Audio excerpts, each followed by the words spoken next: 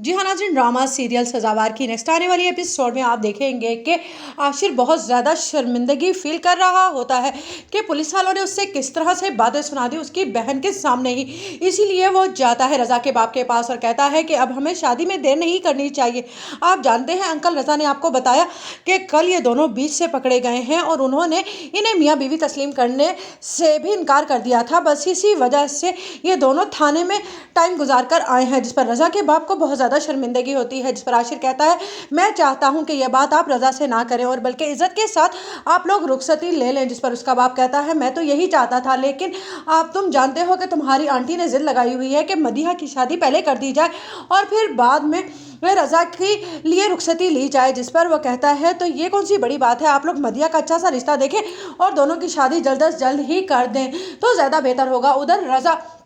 को जब ये पता चलता है कि आशिर को ये बात बुरी लगी है तो वो कहता है इसमें कौन सी बड़ी बात है, हम दोनों मियाँ बीवी हैं, अगर हम लोग एक साथ चले भी गए तो वो होता कौन है। जिस पर कहती है रज़ा की माँ ठीक है, लेकिन उधर आशिर की बात भी ठीक है, तुम्हें इस तरह से उसे इतनी देर तक वहाँ पर नहीं लेकर जाना चाहिए था क्योंकि तुम दोनों की रुखसती नहीं हुई है। उधर आप देखेंगे कि आशिर दामिया की वजह से परेशान होता है कि वह मासूम लड़की ना जाने कितनी मुश्किलों के साथ घर से निकलती है कमाने के लिए और कितना बड़ा हाथ हो गया उसके साथ, कितनी मजबूर होगी, क्या मुझे उसकी मदद करनी चाहिए कि नहीं। अगर मैं उसकी पर्सनली तौर पर मदद करूंगा तो कहीं उसको बुरा ही ना लग जाए कि शायद मैं उसके फ्लर्ट कर रहा हूं, लेकिन अगर मैं उसकी मदद नहीं करूंगा तो उसकी गुर्बत तो मेरे सामने ही है। इधर मदीहा कहती है कि अच्छा आशिर खुद आया था कि रुखसती ले ली जाए। जिस पर मदीहा की माँ कहती है हाँ, और तुम जानती हो तुम्हारा भाई कल थाने गया था, इसी वजह से कल फौरन से कमरे में जाकर दरवाज़ा बंद कर लिया उसने। जिस पर कहेगी मदीहा हाँ तो ठीक है ना, आप उन्हें बताइए ना कि पहले मेरी रुखसती होगी और फिर होगी